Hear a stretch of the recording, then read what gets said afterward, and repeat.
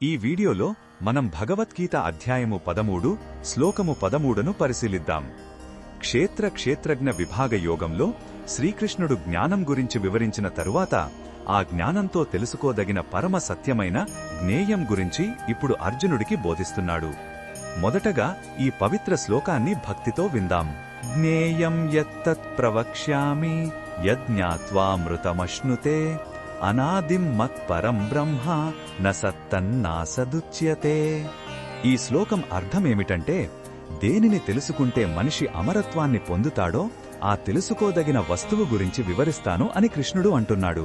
అదే ఆదిలేని పరబ్రహ్మము. అది మన భౌతిక ప్రపంచానికి, దాని కారణకార్య సంబంధాలకు అతీతమైనది.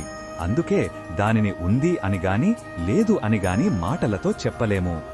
ఈ శ్లోకంలో ఉన్న భావం మనకు ఏమి చెప్తుందంటే, మన ఇంద్రియాలు, మనస్సు కేవలం ఈ ప్రపంచాన్ని మాత్రమే అర్థం చేసుకోగలవు. కాని పరమాత్మ తత్వం వీటన్నింటికీ అతీతమైనది, వర్ణనాతీతమైనది.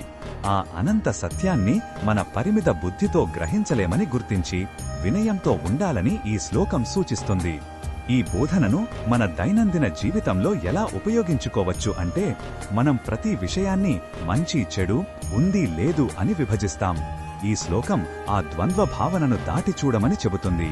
ఎదుటి వారిని లేదా పరిస్థితులను వెంటనే అంచనా వేయకుండా వాటి వెనుక ఉన్న లోతైన సత్యాన్ని గ్రహించడానికి ప్రయత్నించాలి.